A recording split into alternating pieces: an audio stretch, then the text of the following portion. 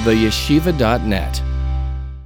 Okay, the following podcast, I got the honor of sitting down with Rabbi Y.Y. Jacobson, and we talked about amazing amount of topics. We talked to, some of it, my favorite was marriage. We talked about the Agunah crisis. We talked about spirituality, the mental health field in general. So many things we talked about. He is a wealth of wisdom, and just such an amazing person. It was an amazing podcast. Just a little explanation. This is in honor of Purim. This sweatshirt that I'm wearing. We'll be having a huge sober Purim party, so I am just advertising it on my sweatshirt. That's the explanation for the sweatshirt. Please like and subscribe if you're on YouTube, and I hope you enjoy it as much as I do. Hello and welcome to the Brainstorm podcast. And now, your host, Sony Perlman.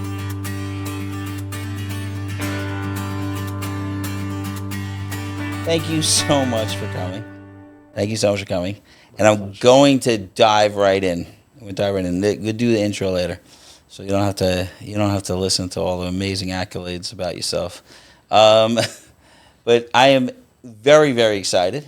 And I will tell you, it's been a while since I've been trying to coordinate getting you here. And the first time I called you, was I listened. I was on the way to Brooklyn, and I was listening to your podcast with Mayor K. Collinson, right? Yeah. And I've had him on my podcast also. I think I was listening to it because I was about to have him on my podcast, so I picked the podcast. And in the podcast, you told a story that you went to Adin Steinsaltz and to ask him some questions in life. I don't know if you remember. I can remind you. You could tell the story if you want. And I was driving in the car and just bawling. It wasn't even so emotional. But something about what you were saying was touching me so strong. Even like the timeline about it. Should I remind you the story? Please. Okay. So the story was you went to him and you asked him for advice.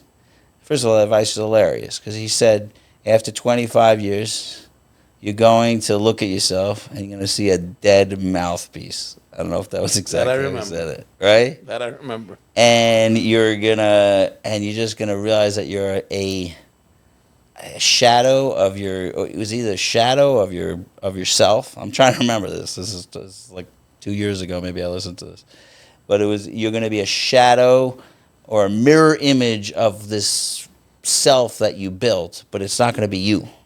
It'll just be a guy who could just spit out great Torahs and make a great lecture on a whim. And even the example he gave really touched me because the example was that you get to a place where you'll be able to make a lecture. You won't even need to know what the lecture's about. You just walk up and you just see the name. This once happened to me. Someone canceled a lecture and they said, "Can you take over his lecture?" And I walked up there and and then I looked at the playbook, like, what is this lecture about? And then I gave the lecture and I thought of this story. So what really touched me, first of all, I was amazed because I felt it was very vulnerable on your part that you were sharing that experience. But what really touched me is that I have been doing this for a really long time. And it's a constant struggle to remain true to myself and to not try to be what everybody else is making me and what I'm telling everybody is amazing. And what I loved about it is that everybody who gets to a place like you, the world just thinks you're perfect. They have to do that for some reason. I call it Rabbi-itis. It's like you have to make them into like some sort of God figure. And when you were talking about, you were breaking that image of this invincible. You were talking about an existential struggle where you have to fight to remain alive and you. Anyway. Why were you bawling? I was bawling because I felt that was my struggle. Like I was like, yes, and I felt like Adin Steinsaltz through you to me, was telling me that the fight is all right, and it's all right that you feel this way, and that you're slowly dying, and you have to fight to stay alive, and it's not going to be easy, and it's not the natural course of things to just get better and better because you're making better and better lectures or opening better and better programs. So it felt to me like I had permission and somebody saw me. It was coming from a very, almost like a negative place, but to me it was such comfort, and I was crying. So anyway, I don't know what the question is in there, but that's when I called you to have you on the podcast. Like I was like, I was like, I need to have you on the podcast.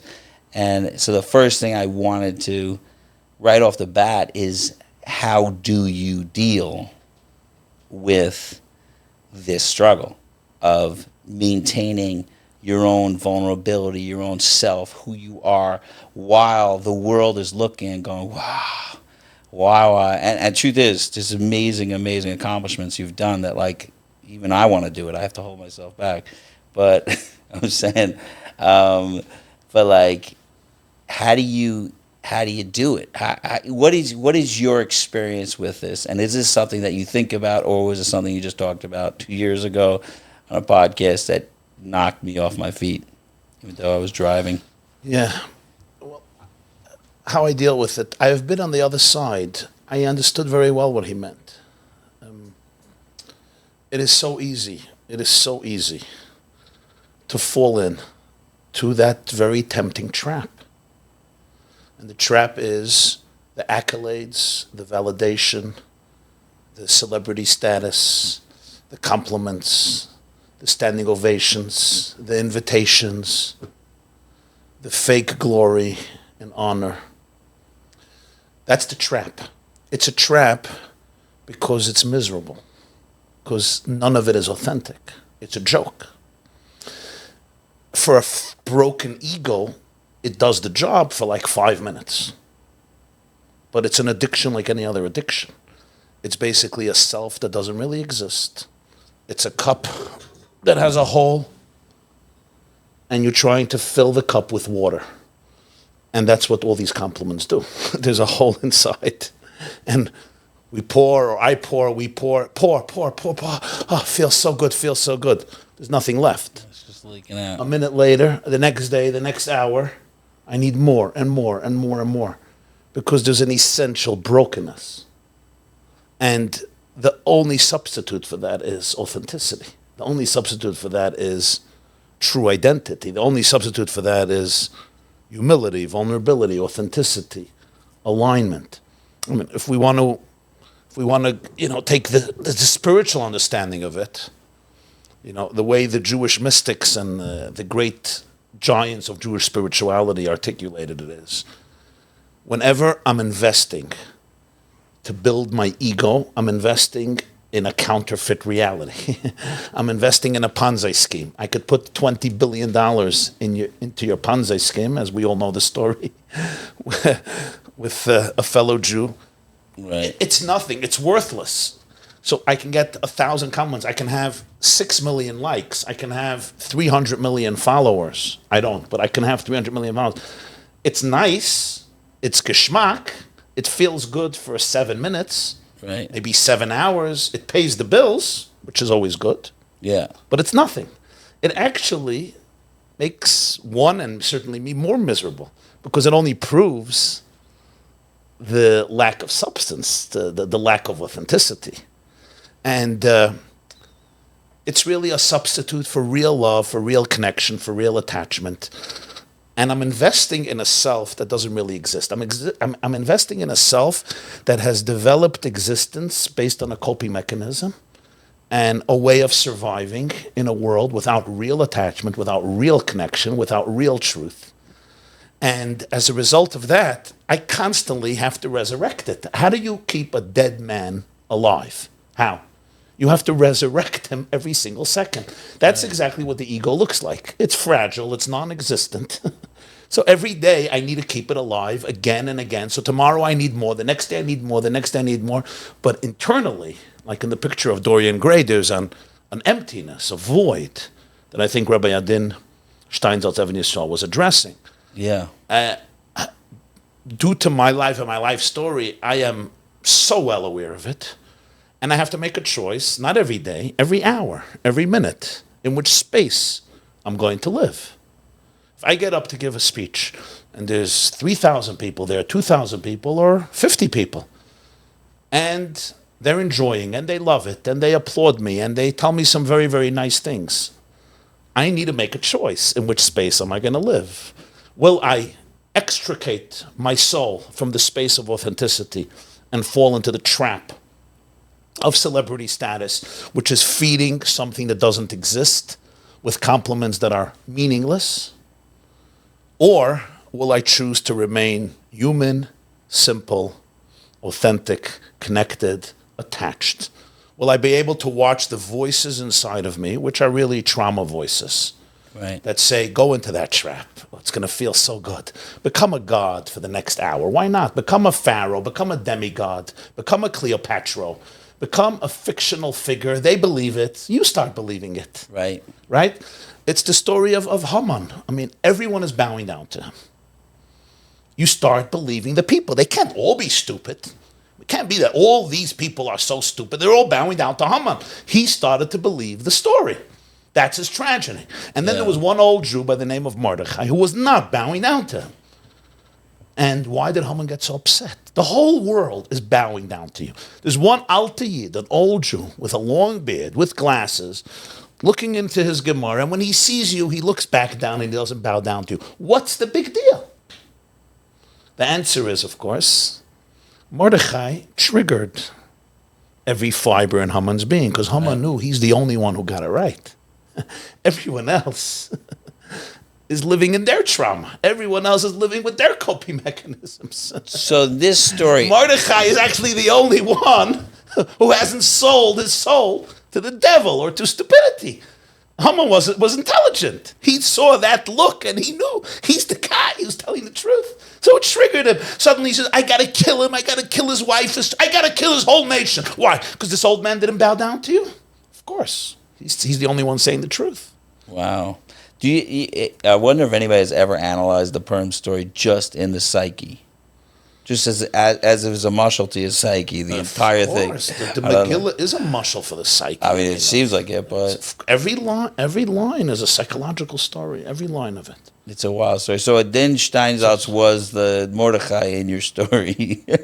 I don't mean to make you out. No. Adin Steinsaltz, actually, I respected him tremendously. Yeah. I asked him advice about a lot of personal things. I traveled to Israel to speak to him. And this was a priceless piece of advice. You can't get this from a lot of people, this type of advice. And I still remember. I still remember, when he had a dramatic way of describing things. He had a good English, but he was an Israeli. He was an Israeli, so his English, was an Israeli English. But he would and for some reason I was talking to him in Hebrew and he was talking to me in English. I think he probably also enjoyed talking in English. And he was describing to me, he was giving me the trajectory of my career, so to speak. And he said, I this is 20, 25 years ago, so I was just beginning my public speaking career. Right. And I was in Israel. I was addressing a national convention of Jewish women in Israel in the convention center, Binyanei Homa in Jerusalem. There were 5,000 women. Right. All the lights were on me, so I couldn't see anybody. And I got a standing ovation, 5,000 women, and it felt good. And I just spoke to him about the whole topic, the theme, that interplay between your private life, your public life, the way people see you, who you are, what I should protect myself from. And he said, you're doing well, you're going to become better. And at some point, you're going to stop preparing because there will be no need for it. He says, now you probably prepare and you invest time and the stories, the jokes and the messages and ideas and you research, you take it seriously. But at some point, it's like, what do you want? Marriage? Okay. You'll open the filing cabinet, shum, there's 20 lectures for marriage, you'll take out the right one. Then next, 45 minutes later, an hour later, an hour and a half later, you're done. You get your applause, you get your check. Everybody's happy. They're happy. They had an entertaining evening. You're happy. You made your money. You made your stamp. Whatever you like it, you're fulfilled. And then he said, after 25 years, One day, I still remember, he says, one day you'll wake up, he whispered, one day you'll wake up and you'll look in the mirror and you will see that there's nobody there. There's nobody there. It's dead. All you'll see is a mouthpiece. The mouthpiece is the only thing that will be existing. The mouthpiece will have conquered the totality of your being. And he says, and at that moment you will know that you have died. You have succeeded to die. And he finished. That was his advice. He didn't have, this was his advice. Well, was he right? It's 25 years later. I asked him, I said, how do I avoid that death? Okay. And he said two things that I recall correctly. He said, one thing is, never stop learning and challenging yourself. In other words, don't just share things that you know. Share things that you're working on. Share things that surprised you and shocked you today. Share the struggles that you're dealing with today. Share your own growth. If your life will become boring, then all you'll be communicating are things that you discovered 25 years ago. If you continue to learn and challenge yourself, continue to stimulate yourself, continue to deal with your own wounds and coping mechanisms, he said, then there will be a real person, a fresh person who's growing. The second thing he said is, surround yourself with a few individuals who couldn't care less about your public persona. And your connection to them should be completely raw, vulnerable, and authentic, giving and getting feedback of people who have that exclusive relationship. He says, you just need a few people like that in your life. But those are the people who keep you anchored in reality. That's where real relationships. You think that's why we get a wife and kids? Exactly. That's what I'm thinking. I tell my wife, like, I'm doing a big lecture tonight. We're doing something big. It's like, important. are you going to be home for dinner? Exactly. What's happening? And after dinner, the garbage has to be taken out. Right. It's not about dinner. It's about the garbage after. I only want you home for dinner so you can take out the garbage. I once heard something very powerful from the Lubavitcher Rebbe. It's a fascinating insight. He was discussing a Rambam, the book of Maimonides, the laws of Yom Kippur. And Maimonides goes through the whole system of what Yom Kippur looked like in the times of the Holy Temple. And it was a very intense day for the Kohen Gadol, for the high priest. 7 days before he left home, he started to prepare. A day before, the intensity has reached its momentum. And then came, the Day of Atonement, right? This was the day of cleansing and healing and fixing the relationships and eliminating and transforming mistakes and transgressions. It's considered the holiest day in the Jewish calendar, and the high priest was the man. He was the hero who was carrying it all, and he basically did almost everything, besides a few things that he had some assistance for. And Maimonides goes through the whole process. I mean, he went to the mikveh 5 times during that day. He had to wash his hands and feet 10 times during the day. He changed from one set of garments to another set of garments, back and forth. He went into the Holy of Holies and ignited the incense. I mean, the offerings that were done then that were never done. It goes through the entire process. Right. And then he says the day finishes, and he removes the golden garments, the golden vestments that the high priest always donned, and he puts on his regular clothes, and basically the day is over. But then the Rambam adds 2 words, v'yoytze lebeisai. He leaves the temple and he goes back home. And the Rebbe asked the question, why is that detail inserted into the laws of Yom Kippur? Is that a law?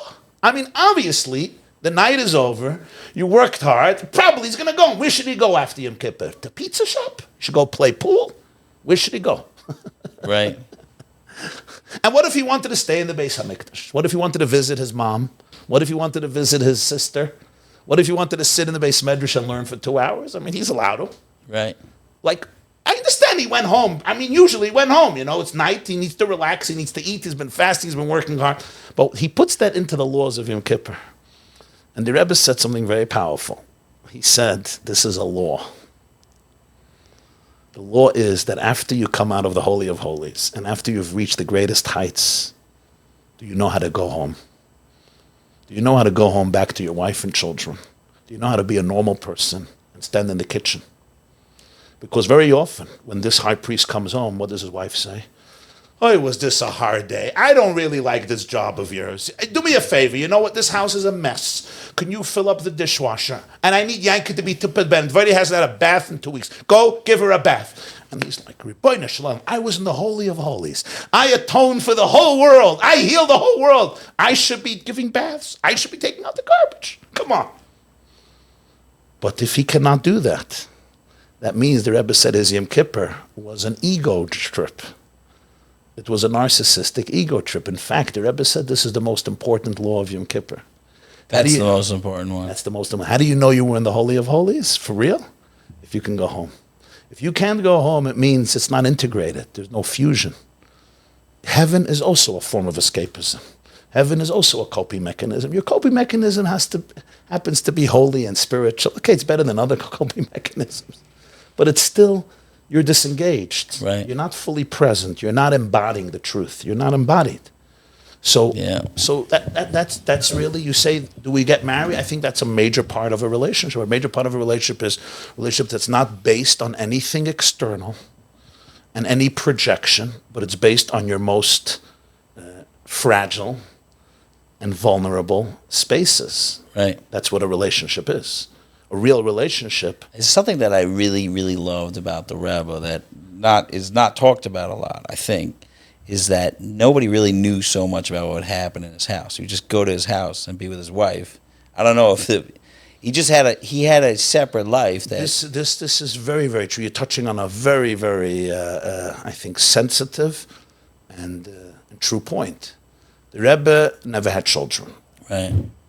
He was married to his wife, Rebbetzin Chayamushka, for 59 years. She passed away before their 60th wedding anniversary. The next year would have been their 60th wedding anniversary. And it's interesting. Usually a Rebbe, especially of such magnitude, right, the Shabbos meals could be a major part of the vibe, yeah, of the experience. In other Hasidic circles, they have the main tish on Friday night. Right. The Rebbe, both the Friday night meal, the Shabbos day meal, for 60 years, he ate only with his wife. There was not one other person there. Friday night is Rebbe, he was two people. He's the one who initiated thousands of Chabad houses, each one with guests between 20 or 300 people. Right. Pesach Seders from Nepal to Hawaii to Alaska to Peru to the Congo to Vietnam, where tens of thousands, maybe hundreds of thousands, millions of Jews have a Seder today in Israel and the world because of the Rebbe. Right. But his Seder was two people. Him and his wife. Wild. Him and his wife. Two people at the Seder. Who does a Seder with two people? After his wife passed away, his Seder consisted of one person. So he took the Yitzhak Beisai like very seriously. Yeah, And I thought when I was growing up, I thought about it. It was interesting. The Rebbe would come out Friday nights at 7:70. After davening, he would stay and learn a little bit. Actually, not a little bit, a few hours, and then he would walk home. The Rebbe also didn't like an entourage, so he would walk home alone late. And Friday night, Shabbos day, and it was as he went to his home. And I think also his wife provided something. This is just my speculation. I don't know. I think she provided something very sacred and special for him because the Rebbe by nature was extremely, if I could say so, introverted. Truly introverted. Meaning, being a Rebbe was not part of the trajectory of his life, and it wasn't, I think, in his plans. He was a very, very private person, very intimate person. He once wrote to somebody in 1949, I don't have a skill for public activism. He wrote this to Rabbi Yaakov Lando, the rabbi of Bnei Brak. He says, you do, I don't. Now, for somebody who didn't have a skill for public activism, you have to say he didn't do bad for himself. Right. So the truth is that this entire public persona of the Lubavitcher Rebbe was very contrary to his nature. By nature, he was extremely reserved. He wasn't very social. He was very kind, and he could connect very deeply to people, but he wasn't the social type, right. Schmoozer. Completely not. Very, very private. Like I heard from people before he became a Rebbe, like nobody knew him. He was clandestine, and even afterwards, I could see. Do you relate to that part of the Rebbe? I'm curious. I'm saying yourself. I relate to that. I really want to run away always. Like everything I'm doing, it makes sense. Like I feel like an introvert my whole life, and I see other people that are much more talented at being out there in the very public. Talented in it, yeah. And I would always rather go home. If you would have a choice to spend the night going to a chasana or a bar mitzvah or hanging out with people, or you could just lock yourself up in your bedroom, cuddle yourself up under the blanket. I mean, probably the choice you would have. It's amazing. There's a word. You ever heard the word FOMO? Yeah. Fear of missing out? There's another word called JOMO, which is joy of missing out. Nice. And I heard it. It made my day. I like that. It's the mamish the opposite. I like the that. joy. Okay, I want to change topics a little bit because I do have a couple of things I want to cover, and I feel like I want to talk to you for 5 hours because you are someone I really, really respect in terms of your opinion on things. So, I know I was going to leave the accolades for later, but the topic I want to talk to you is a much more broad topic because I'm very deeply in the mental health world and the addiction world. And the question I'm having, and it feels like I'm almost off the path with this question, is the world keeps seeming, at least in terms of mental health, keeps seeming to get worse and worse and worse. And to the point where I just saw a statistic that 41% of children in America are diagnosed with a mental health disorder. I have so many other statistics, but I'm not going to go through all the statistics. It just seems to be getting worse and worse. And in my own experience, the phone calls do not stop, and I'm sure you're experiencing the same thing. It's constant, and it's hard. It's hard for me, and I'm glad I have a base site to go to and get my my home fix. But it's constantly this, and what's driving me a little crazy is that we have more therapy and more therapeutic help than ever before. More in history. It never existed in history. And more comfort than ever before in history. More comfort. Kids have more freedom and prosperity and luxury than they ever had in history.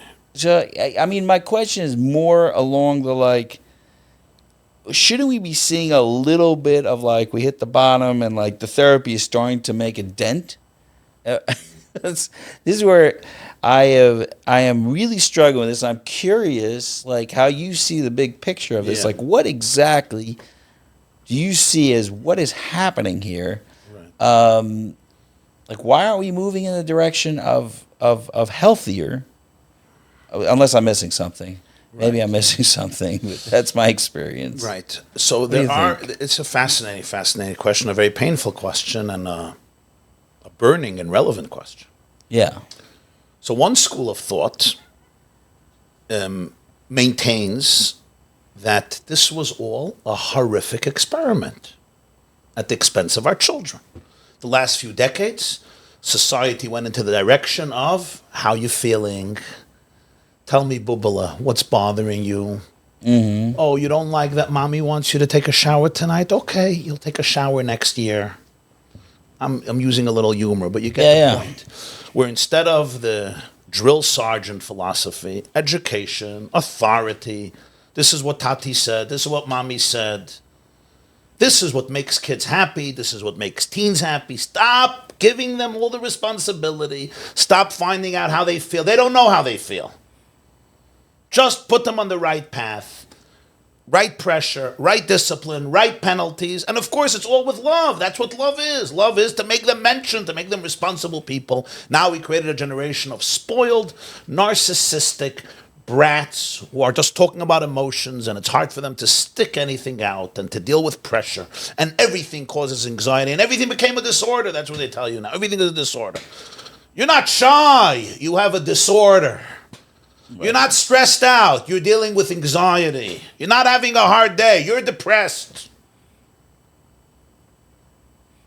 That's a good. You asked the question better than me. This is a school of thought today. It's a school of thought, and it's blaming all the voices in society, and this includes, of course, also Orthodox society, Torah society, Jewish Orthodox society, that they say fell prey to this trap of being too sensitive to every single internal emotion, confusing children when they're young, and thus allowing them to take a path which often leads to their own moral, emotional, and spiritual decline.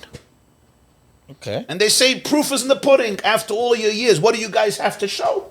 We have to show 4,000 years of consistency. We have to show that repression has been successful. As a mother told me the other day, look at me. I'm a soldier. I put one... I love it. I put one foot ahead of another foot. And you think my mother was easier than me? She's much harder than me. Do I talk to my mother like my daughter speaks to me? A mother said, do I ever think, you think my mother wasn't worse than me? She was much worse than me, this mother says. But I knew you respect your mother and father. You sit at the Shabbos table till the end. You don't go to the Shabbos table because I'm not in the mood. I'm not in the mood. Moods? Who ever heard about moods? This is like a new invention. Feelings, moods, emotions, self-expression. Don't repress, don't suppress. Voices, coping. Just do what you want. And of course, what about God? Accept the yoke of God. Right. Follow his path. Am I making a good case for this? I so far I love Maybe it. People will start hiring me. Yeah. By the way, we're not going to cut just that clip out. There has to be that would go viral. Rabbi YY just changing his mind and saying, look, the proof is in the pudding. Come on. Doesn't data show anything? Shouldn't, what do they say? You're entitled to your own opinions, not to your own facts. What are the facts? Right. Shouldn't truth follow facts? I get emails and correspondence from people, much less often now, but exactly with this point. I will say, the way that's expressed has an answer pumped into it. Meaning, I am not saying that that's the solution. I'm not even in the question. I'm not saying that's the solution. I'm just asking the question from a questions place of something's happening. I'd like to hear, like a bigger version of what is happening. I get it. Those people are already answering it. Those people are answering it. Right. They have a clarity, and they believe that we have turned trauma. The word trauma. People always tell me. They tell me, you used to teach Torah, and now you teach trauma. Okay, right. And create trauma because of it. Yeah. Okay, I get it. And I'll tell you something.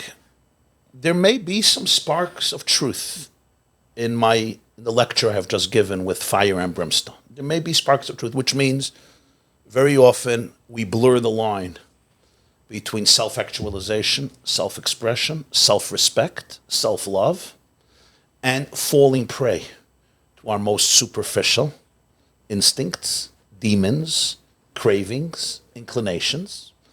And in the name of self-acceptance, we often don't understand what it means to live life to the fullest, to challenge our coping mechanisms, to stimulate our deepest and highest angels, to be able to distinguish between the parts of us that have become shells and protectors and husks, and the parts of us that we make us divine, and that compassion and empathy and self-love does not mean the legitimization and execution of every single instinct and emotion I have when it may destroy my life or the life of my loved ones. So I think there is a lot of truth, or at least there's certain kernels of truth in the fact that so many boundaries have been blurred. And we could often confuse empathy and love with a decline in moral vision and clarity. And that's something that has to be addressed. But the way I see it, it's just the way I see it, is that we're really touching a much, much deeper and larger phenomenon. It's just my feeling, it's my sense. I don't have scientific or heavenly evidence for this. And that is, I think, what we're actually seeing is the outcry for the ultimate healing and authenticity. Or to put it in Jewish terms, the new generation is asking us to live redemption. Not to talk redemption, but to live redemptive consciousness. And what I mean is as follows. The Jewish people in the world has been in exile for many years. Exile, by definition, means alienation, emotional alienation. Exile is not just geographic. Exile is existential. It means my soul is misplaced. Right. My passion is hidden. I don't know who I am. There's a dissonance. There's a dissonance. Redemptive consciousness means there's unity. There's oneness. The presence of true infinity, of the source of all reality, is manifested in reality. I think that our youth are begging for this consciously and unconsciously. Show me a Judaism. Show me a life, not just a Judaism. Show me a marriage. Show me a life. Show me a home without dissonance. I want a home that is truly, truly vibrating with ultimate truth, with ultimate authenticity, which means ultimate vulnerability. I don't want that my relationship with my father, with my mother, with my brothers, with my sisters, with my Rabbis, with my teachers, with my educators, with God, should have to be based on so much repression and suppression. I don't want that Torah should mean anything else but the ultimate celebration of life, the ultimate alignment with the source of all energy. They want that Judaism should actually feel viscerally as a system of life that allows you to plug in to the source of electricity, to the source of energy, to the source of life, instead of feeling that we have what to hide, we're covering up politics, corruption. At best, we just want you to toe the line, to give us all nachas and make our community feel good. At best, I want that my family should look good and ultimately do the right thing like your parents and grandparents and great-great-great-grandparents did, which will save you from a lot of trouble, and you'll live a good life, and your kids will give you nachas. And you know what? It doesn't speak to so many of them. And the reason it doesn't speak to them is because their soul is searching for ultimate meaning, for ultimate truth. And I think it's an opportunity for all of us to deal with our stuff. It's an opportunity for all of us. It's an outcry for all of us to enter a different realm of life. And it's a tall order. But I think anything else, we will be failing ourselves and our future. There is too much. When truth starts being revealed in the world, what happens is the lies start fighting like never before. When I was a young man, this is in the early 1990s, the Rebbe used to say almost every Shabbos, and I did not understand what he was talking about. He used to say that there's an energy of redemption in the world. It's here. What's needed is for us to open our eyes, and when we open our eyes, we'll see that it's here. This was his last message, then he fell ill and he passed away shortly after. What's the Rebbe talking? What is he talking about? I mean, yeah, every Jew hopes for Mashiach, and certainly the Rebbe hoped for Mashiach, and always spoke about Mashiach, but what is he talking about?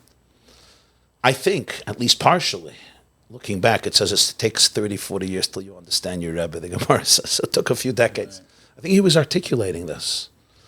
Once there's a certain energy of emes, of truth that comes into the world, there's no going backwards. This is it.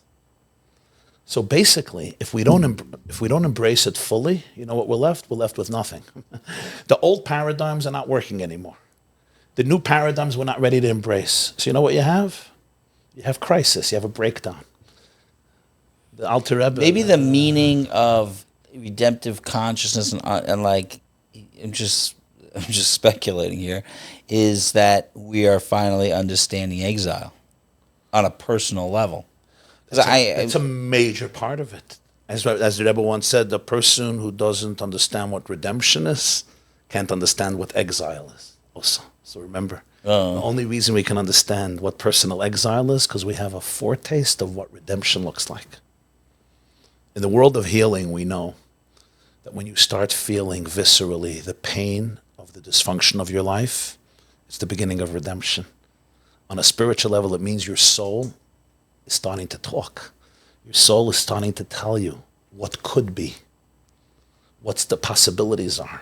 Your soul is telling you who you were meant to be. You weren't meant to be a slave defined by the atrocities and the abuse and the sickness of the people in your family or your community who have wreaked havoc in your psyche, and now you're blaming yourself for 30 years, for 20 years. You don't deserve to be that person. Your soul is much bigger than that abuser's sickness who never dealt with his sickness from someone else, whatever happened to him. And suddenly, for 20 years or 10 years or 5 years or 40 or 50 years, my soul was so dormant. I didn't know about it. So I was a happy person. I was happy in my dysfunction. And suddenly one day, things are disintegrating. Why? It's a good sign. Your soul is sending a message. You're in exile. You're a victim. You're in a wretched situation. Your heart is in jail. Oh, wow, yeah, I'm dysfunctional. Now I have a choice. Am I going to begin the journey of real integration, of real healing? The Baal HaTanya, the Alter Rebbe, gives a beautiful metaphor. He says, you take a seed that's on your windowsill. It's a beautiful seed. It's intact. It's nice. Put it in a frame, and then you take it and you put it into the ground, you put it into the earth. It's going to decompose completely, but only from the decomposition will a tree grow. He uses beautiful words. He says, between one yesh and another yesh, there's an ayin be'emtza, which means when you go from one something that is a very miniature something and you take a quantum leap to the ultimate something, there is nothingness in between. Right. There's a quantum jump that requires a sense of decomposition. And I think that's our generation. Wow. It's interesting because I had Rabbi Kalish on in the podcast, and he said something that really struck me, which was that we were talking about enabling, which is a great topic of mine. It's a big trigger word for me, enabling.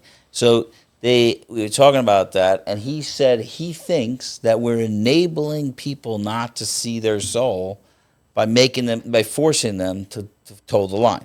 I mean, he's saying it a little different. That's the enabling.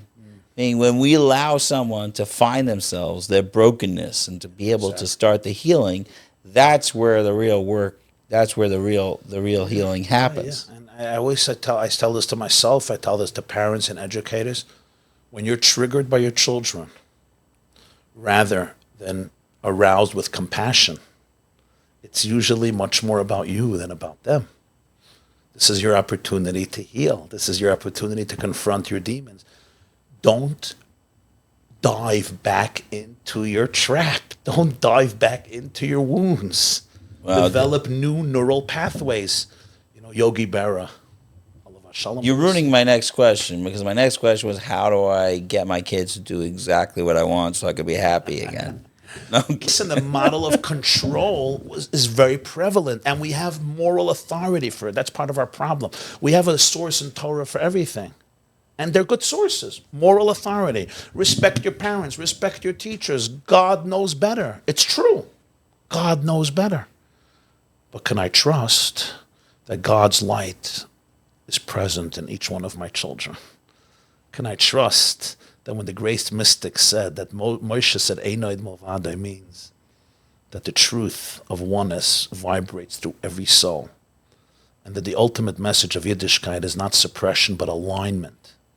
It's letting go of my coping mechanisms, letting go of my insecurity, of my guilt, of my shame, of my fear, so I can actually become a channel for infinite love and light. Is that real or not real? If it's real, I trust. If it's not real, I control. Part of redemptive consciousness is relinquishing spiritual control. Not because you don't care, because you care too much, because you trust, because you're connected, because you're ready to face your demons. And when we're not ready to face our demons, we will blame everybody and everything, especially those poor children who are simply saying, Tati, stop lying to yourself. Tati, you're a miserable man. Tati, Judaism for you is hell. Tati, you hate God subconsciously. You're just scared to say it. I'll say it for you. Right. Tati, you hate God. You met my kids? Tati, how much do you love God? Every day you say, V'ahavta Hashem Elokecha, love God with all your heart, with all your soul. Tati, you love God with all your heart, with all your soul. Do you even know what it means to love with all your heart, with all your soul? You can't even love yourself with all your heart, with all your soul. How in the world do you love this invisible God who afflicted you with all these Meshugana kids? Because you believe in divine providence, Tati, don't you? You're not an atheist like me. Right. You understand what's happening? Yeah. The father who listens to that, and he knows how much he hates, or he knows maybe not how much he hates, but how much anger he has. He knows how much despair he has. He knows about his inner stuff with his spouse. He knows about his own cravings. He knows about his own skeletons. He doesn't talk to anybody about it. You know, he may be the gabbai in the shul. He may be running the kiddush. He may be the president of the synagogue. He may be the honoree at the dinner. He may give the shir daf yomi, I don't know. Or he may be just a good, real estate broker. Right. I wanted to say a farmer, but I don't know too many. I thought you were going to say like the person who runs our village. I was getting nervous. I once saw something that's incredible. I always say it before Pesach. I say, what's this custom we have, right?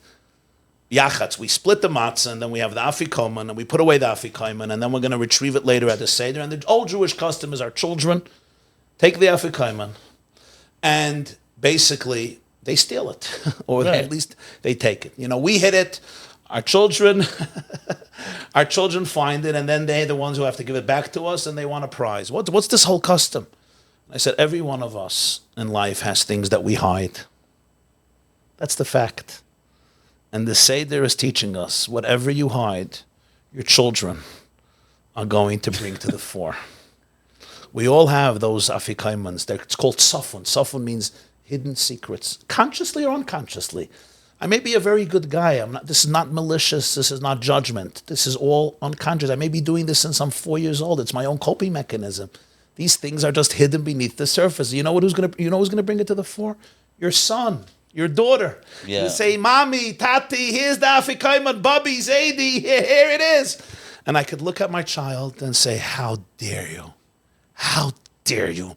You spoiled generation listening to too many Rabbi YY clips, enabling all this self-centered Judaism, healing.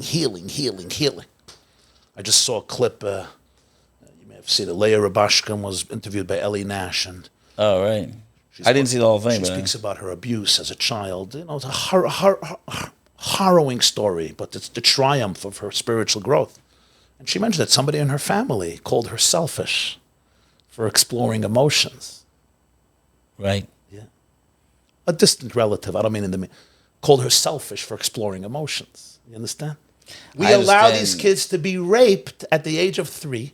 Right. I don't mean that anybody maliciously allowed in the family. I mean, we were not sensitive to the plight of these kids. Right. Besides that, we bequeath to them our issues, and then we blame them for not repressing what we managed to repress for 30 years. And then we get upset at them. We call them selfish because they want to be authentic, because they want to be able to say, I love God with all my heart, with all my soul, because they're ready to confront every part of their animal soul and transform it, because they're ready for the work of transformation rather than suppression. Isn't that amazing? It is amazing. How are you capable of transforming your negativity if you don't expose it?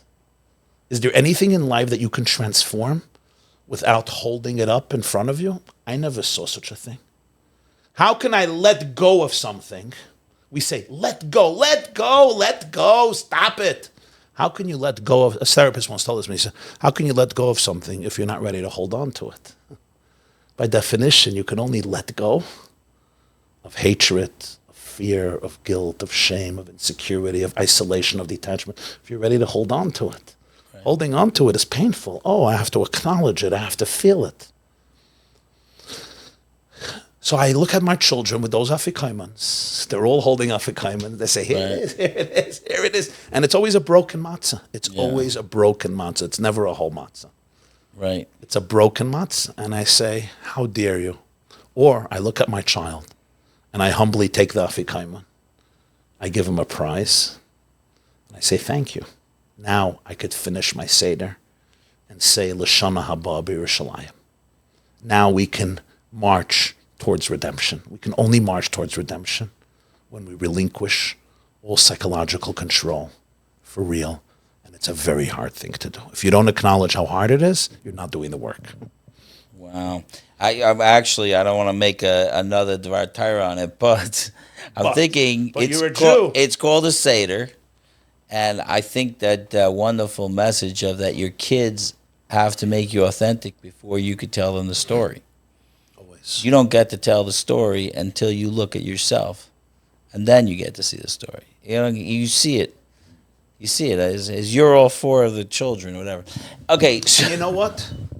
Those who are engaged in this work of vulnerability know exactly what it looks like. They know what it means to let go of control. They know what it means to really, really trust the soul.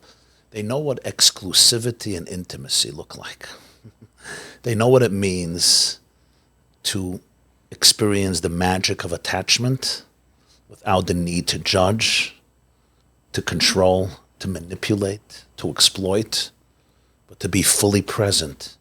And if we believe that Einoid Mulvade, that we are all derivatives of infinite consciousness, we are all infinite consciousness having a finite experience. If we really believe that, we may not, but those of us who preach this, you're a chelik elikami mal, and Hashem is everything. What in the world do these words mean? I grew up in a Chabad home, a very, very Hasidic. I grew up in a very Hasidic community. right. I learned the spiritual texts of Hasidus and Kabbalah much of my life. I took to it. I taught it. I preached it. I still preach it. I pontificate it. But I do have to say something, and that is few were the people, when I was growing up until today, who knew how to present this information viscerally. It was all intellectual stuff. It was detached from many of us. Right. Not that people there were people that were insincere, but even sincere people, sincere. They wanted to do the right thing. They were doing the right thing. But we didn't have the tools to translate. We didn't have the language to communicate the message of the mind to the body. Or in the language of Tanya, the divine soul didn't know how to speak to the animal soul. Right. So a lot of the information, we say it Hashem, Hashem, Hashem, God, God, God, Torah, mitzvahs. How real is it? How real is it? Right. Well, okay, so let me just do a tiny bit of pushing back, because yes, I hear it. I hear we're in this time of brokenness, a time of a rock bottom of our nation and of our people and of the world. Like something is cracking that has to be fixed, and we're in that direction. What I'm finding, and especially because this is the work I do here with community and building community, is that everybody is so separated from each other. It's like two things happening at once. We have the ability to think and feel and whatever we want. We have all the time in the world to feel all these feelings. At the same time, we're so separated from each other. So if I try to explore these incredibly difficult existential crises that we're going through, or our trauma, or whatever we want to deal with, I have no container that holds me in, because we're all so separated. Meaning, I'm like trying to figure out, because you go to therapy. I have this line that therapy is only for healthy people. It's a funny line. But if you go to therapy, you take a homeless guy, you stick him into therapy. He has the best therapist in the world, charge $900 an hour, and then he goes back to the street. He's not getting better. He needs a container of healing to be able to hold him. And we are so fragmented. And we need support systems. Every person, right? It takes a village to raise a child. Right. It takes a village to heal all of us. We all need support systems. And that's why the most blessed work we can be doing here is preventive medicine. When we allow young people to enter into marriages that are based on humility and authenticity and self-awareness and other awareness and the journey of growing together, and they raise generations with that spirit, we create support systems. Every person needs a support system. Right. Without it, I can have the most acclaimed therapist in all of history, and I can go from one therapist to another therapist, from yoga to Pilates to the gym to another type of therapist to a somatic Unless it's therapist. psychedelics. Okay. And when it comes to psychedelics, integration is indispensable. People who take serious healing plants or whatever it is, which creates awareness. Without integration, it can be very, very disastrous. Right. You open yourself up to your unconscious. Is there anybody to massage the wounds? Is there anybody to caress the wounds? Is there anybody to say, what am I supposed to do in a week from now when I'm back in the same toxic environment? Like, it's all the Yotzei Lebeisai. Can the high priest go back home? Trust me, in the Holy of Holies, he experienced the consciousness of infinity. Right. All the layers were removed. That's why so many high priests died. The Gemara says the Talmud said in the time of the Holy Temple, most of the high priests on Yom Kippur, they died in the Holy of Holies. They couldn't handle it. Once your soul experiences a certain voltage of electricity, if your body can't contain it, if you're not in the state of consciousness that is fertile for this, you're finished. Right. You're not coming back. I feel that way about therapy. All these processes, all of them. So who's going to allow the high priest to come home? He needs a home base. He can't stay in Kodesh HaKadoshim and the Holy of Holies for the rest of his life. It's not what God wants. The soul came down. We could have all stayed in heaven. Over there, we wouldn't have these conversations. No trauma in heaven. No coping mechanisms in heaven. No lies in heaven. But there's also no transformation in heaven. In heaven, we don't have the miracle of relationships, the miracle of transforming darkness into light. And that's why the support system triumphs over everything. That's why marriages today need to be healed. How many marriages? Marriage is a good metaphor for all this. Not a metaphor, an illustration. How many marriages? We have in our culture, divorce is considered something negative, a tragedy. Okay? Right. You know about this topic personally. And that notion is a blessing because we cherish marriage and we cherish strong, united families. But let's understand something. How many marriages are dysfunctional on the inside, even though they continue on the outside? Right? I will tell you that I'm feeling, my wife says to me, hold on one second. I just want to see something. Sorry. Okay. They're both working, Ellie? So my wife says to me, like, that I'm like too far into the gutter to be able to really see the world. You know what I mean? It was like I'm sometimes. Wife has a point. She has a point. My wife told me once. She said, "You are getting too many dark emails. It's too many to be able to have a clear view of all the positive stuff." Right.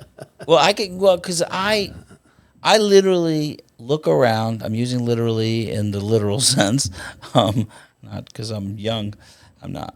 So I look around, and I almost never see a marriage that I'm like, these guys are really they like have like connected. I'm not knocking any of my friends' marriages or anything like that, but it's become like a rare gem. Even to the point where I'm embarrassed to share if I have good marriage stories. Like, oh my gosh, what my wife did for me. It's like, and then I got to be worried. Who in the room is going to be like, oh, him? And it's like, that's Mr. where Romance, I'm at. Mr. Romance. Yeah. They make fun of me. Everybody makes fun of me about all that stuff. Yeah. But you understand, they make fun of you. It's a cry of desperation. No, I understand that, but desperation. But what is happening? And what is when I happening? can't have it, I mock others. That's my only defense system. I mock others. Oh, romance. Oh, go run home to your wife. Little baby needs his wife. We stay here in shul. We get drunk at the kiddush, and we mock our wives. Right. In the name of progressive sophistication, it's really the desperate cry of people dying inside. When a marriage is not really, really wholesome, there's so much suffering, there's so much agony because we were designed to be attached. Attachment is not luxury. Attachment is the very fabric of the DNA of life. In the animal kingdom, in the botanic world, never mind in the human race. The first thing the Torah says that's not good. Everything was good. Hashem created the world. God saw it was good. It was good. It was good. It was good. Friday, it's perfect. Not perfect. Toiv might, it's very good. And we're waiting. So what's not good? What's not good? The first thing he says, Loi Toiv, you know what's not good? Hayoisa Adam Lavadai. Right. Not good. That's the first not good in the Torah. Not idolatry. To be alone. Not idolatry, not promiscuity, not sin. Before all that, it's not good for Adam to be levado, to be alone. Why? It's not an intellectual, philosophical, detached idea. It's the visceral experience of every living organism, especially a living soul. We cannot be levade. And when we are, we create substitutes. Yeah. If I didn't get real love, I'm going to need to substitute it by getting validation. Which brings us back Which to brings like us the back big to our speeches. first topic. So Yeah. my entire career, that's what Rabbi Adin was really telling me, my entire career for 90 years may be to fill a void of a 4-year-old who never experienced real attachment. And therefore he needs that 9,000 people in an auditorium should say, you're worth something. You're good. I love you. You changed my life. Wow, I wish you could move to my community and inspire me. And the poor 50-year-old man is really a 3-year-old. Wow, oh, I exist. I have worth. I have value. I have value. Attachment is the intrinsic divine need for connection, and there's a reason for it. It's not just evolutionary biology, because as hunters and foragers, when we hunted in groups, there was more of a chance that we're going to get the tiger rather than the tiger getting us. Right. That's not the key issue. There's something much deeper. If the truth is that the whole world comes from oneness, so we're one, attachment just means we are who we really are. We're all connected to oneness, so we're all one. We are derivative of oneness. If we are all manifestations of infinity, we are one. So attachment simply means I'm aligned with who I am. Lack of attachment means I'm an isolated creature, which means I'm disconnected from my own reality. That's painful. So I need substitutes for that. And we're out of alignment. We're out of alignment. So now I need attachment. So what's the attachment going to be? Maybe my phone. Maybe prostitution. But we have wives, we have husbands. Why are we not grabbing this? I need to understand it better because I sometimes watch couples and I'm like, the answer to all your problems is right here in this room, right next to you. It's not all the answer, but it's the connection between you two. You could change Everything. the universe. That's what it feels like to me.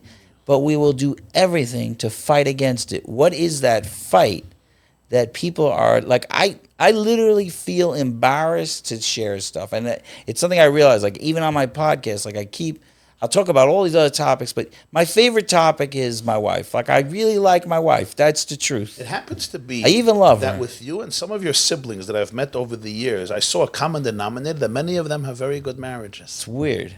Because we explain? know how bad it is. No, it's something where I think What the is it that you guys received or learned?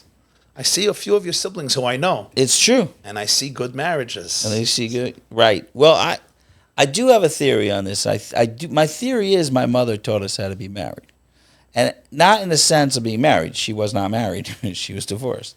How old were you when she? She's like 7 years old. So but she had a way of looking at life that was very, very big picture. Like we have no money, but somehow we're all going to this simcha together in Eretz Yisrael. Doesn't make any sense. For the family, which was a little cult-like, everything is taken care of. Like the whole essence of our existence was the family and the house and what was happening in it. Whatever it is, with the dysfunction or not dysfunction, what happened there was, I think the message was, when you find the right thing, that's it. You fight every tooth and nail to make that work. And we all kind of said, marriage is it. Having kids, having a family, that's it. They're also great parents, my siblings, which is pretty awesome to watch. Like it's like, and it's not like it's easy. Everybody's going through their own struggles, but I think that there's a big picture of the answer is this, and you put everything in. So I don't know if it doesn't come from us looking at good marriages. I didn't see a good marriage until I was like, I think around bar mitzvah time. My sister got married, and I really loved their marriage. One word that comes to mind is safety. For a marriage to have this type of closeness and trust, I think the husband and wife both have to feel real safety. I don't mean, of course, only physical safety, obviously. Right. If the husband is screaming and throwing dishes, if the woman, obviously there's not going to be safety, but I'm talking about a much deeper type of safety. And that is the safety that I could truly be me and you can truly be you. So that we can go back to those wounds that have forced us to develop all of our coping mechanisms and undo them. Undo our coping mechanisms. The only real connection that happens between people is when our souls are open. Because that means my heart is open. It means my love is open. It means my insecurities are gone. It means my fears are not controlling my life. It means I can truly, truly experience the true me, so I can really experience the true you. But how many of us have access to that part of ourselves? I can't love you if I can't love me. And I don't just mean love me, take care of myself and make sure that I get enough sleep. That too. Treat yourself. That you have to respect yourself. Yeah. I'm talking about love me is love the me that is the raw, vulnerable child pre my coping mechanisms. I don't even know who that is. How am I even supposed to know? I may believe that little child is such a grotesque, ugly, sick, undesirable baby that he forever has to remain hidden in a closet. Because if anybody knew who Rabbi YY really, really, really was, I'm not being invited to any podcasts. So you're going to pay my bills. Who's paying my bills? That's the only reason I invited you. I have a feeling I know. No, I'm kidding. Right? And these are decisions we make at 2, 3, 4, 5, 6, 7. No, do we even know about these decisions? These are pre-verbal decisions, especially if you had to confront abuse, sexual, emotional, physical, psychological, spiritual, especially. Coping mechanisms are even if you grew up in a fine family, because the world is imperfect.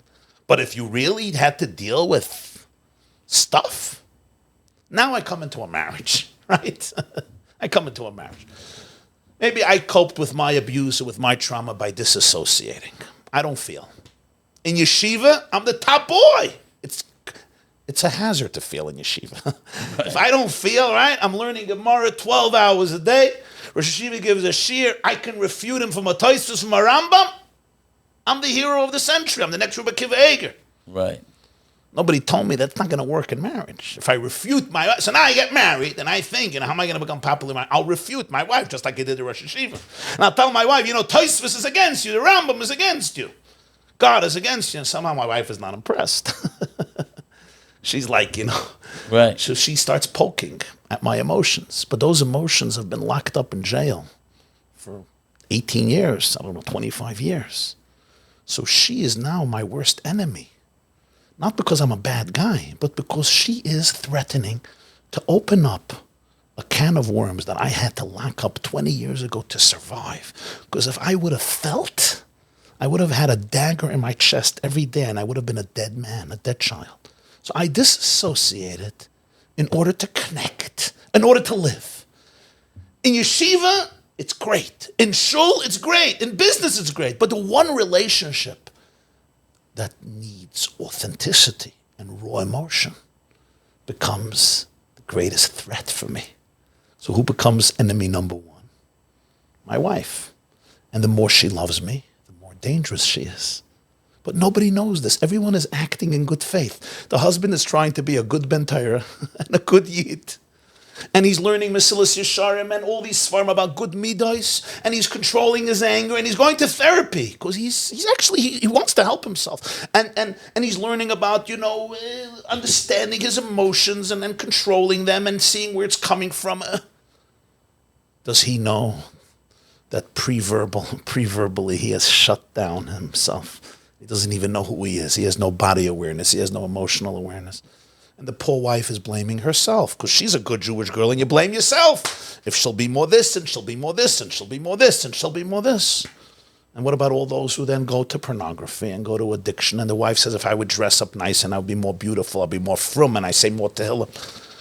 And there's a complete lack of awareness of anything real going on. So you have two people triggering each other 24/7 without an ounce of safety.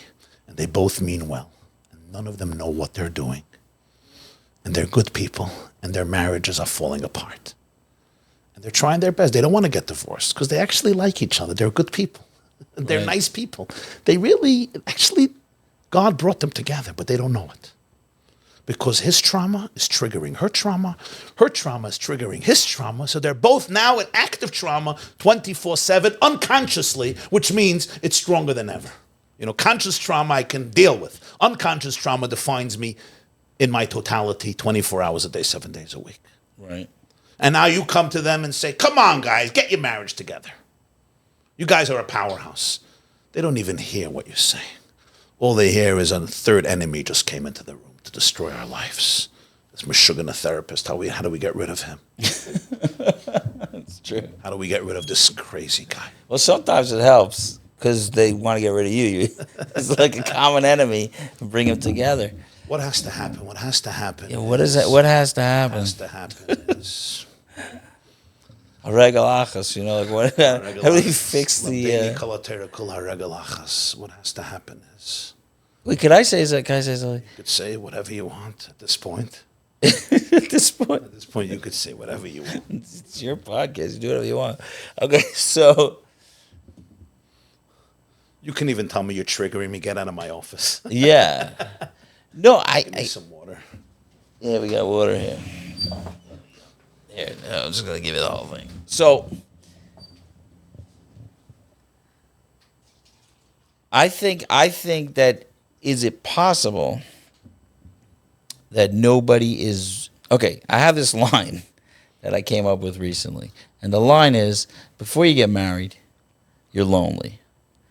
After you get married, you're also lonely, but you're doing with somebody. That's meaning. Well, meaning's maybe obvious, but the idea is that we don't fix anything by getting married. But we have that connection, like you're talking about, that I get to now do this with someone else. I have a road partner to do this, but it comes with, we have this image, like people always talk, is he ready to get married? And all it is like, is he like so independent in his thinking and feelings, and he's like figured it out that now it's going to be interdependence because they're going to connect two independent people. It never existed in the history of humankind. I don't think so. Is that we are broken as people, and if we could share that with another person, how do you tell that to people that whoever you're marrying is broken? I actually saw a picture recently that someone sent me where I was a teenager and I had like this long flowing hair and I'm like all dirty and like I look like I need some help. And I don't know if I was dirty, but and my wife met me then. And in some ways, I think that might be a little bit of the secret of my marriage because she didn't. No secrets. We were talking when I was in the middle of the muck. So I couldn't like go, all of a sudden we're married and be like, no, I'm perfect. What do you mean? Yesterday you were telling me your problems with this. So what I'm saying is that, is it possible, and I don't know if it's what you're saying, but is it possible that a marriage can't work unless we are broken with each other? If you're too good, it's just not going to work. Is that what you're saying? I don't know if I'm hearing you right. You have to be broken with each other for it to bond. I'm saying that, and I'm saying a little more, I think. Okay. I need to breathe and meditate a little bit. Breathe. That's a good thing about podcasts. You don't have to talk fast. Although, it's mincha soon. First of all, I would just make a little correction, and that is, when you say we continue to be lonely, but we could be lonely together, we don't heal. I don't want to romanticize brokenness. I believe that essentially trauma is about isolation. And when I'm not lonely, a lot of the trauma gets healed. This doesn't mean I don't still have voices of brokenness inside of me. It does not mean that my loneliness doesn't still come to the surface and wants to hijack my heart. It does not mean that, but it means that with real attachment and connection, a lot of our wounds are healed. Because trauma always happened in isolation. It happened because of isolation, and it creates further isolation. It's back to Lo Tov Hayos Adam Levado. Those words in the Torah apparently contain more wisdom than we imagine, because cutting-edge wisdom of psychology and healing and neuroscience is about not being levado. The antithesis of addiction is not sobriety; it's attachment. It's very interesting because if you go back to the history of psychology, they were trying to do it alone. Right. Like the psychoanalysts Exactly. were like, it's all you. You got this. So you got this. And everybody is letting that drop Everybody. away. I once went to a very big, years ago, I was a yeshiva board. I went to a big healer. He was psychiatrist, psychologist. And at the end of the conversation, it was intense. And I was walking in, I just wanted to make some friendly talk. And I said, how many children do you have? Where's your wife from? And he looked at me and he said, Dr. Freud has taught that we don't allow such conversations. It must remain completely impersonal. It didn't feel, it was awkward, and that was it. He didn't even say goodbye.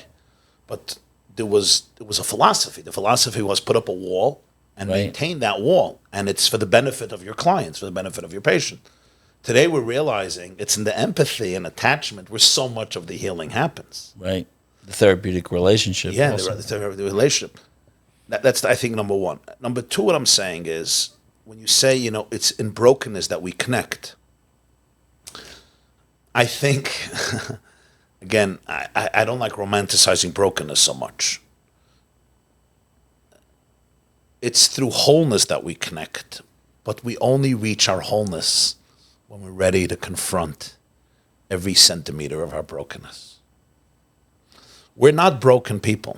We're whole people. That's the good news. We're not broken people. I know in the healing modalities, we talk so much about authenticity with our brokenness that we sometimes feel we're broken people because there's brokenness in us, but it's not the case. We're whole people. And the greatest proof I see is in victims of sexual abuse. When they were 3, 4, 5, 6, 7, 8, or whatever, they were emotionally murdered. If we were machines, if you take a hammer and you continue to bang on that machine for years on end in torturous and abusive ways, that machine should be broken by now. What we're seeing here is that there is a core self that has not been broken, that remembers everything, that knows everything, that knows how wrong it was, that knows how special the child was, even though that core self has been dormant and latent and buried for decades. And suddenly it emerges through healing, hopefully with God's grace. And suddenly we say, hey, where did that come from? I'm whole, I'm not broken. The greatest abuse is not just abuse, it's the belief that I'm really broken. It's the belief that I'm really worthless. It's the belief that I'm really ugly. That's where the real abuse is. But the soul doesn't believe that. Right. And when the soul emerges, that wholeness comes out. And that's where all love comes from. Because over there's confidence, there is joy, there's curiosity, there's compassion, there's love, there's caring, there's courage, and there is celebration, and there's humility, and there's vulnerability.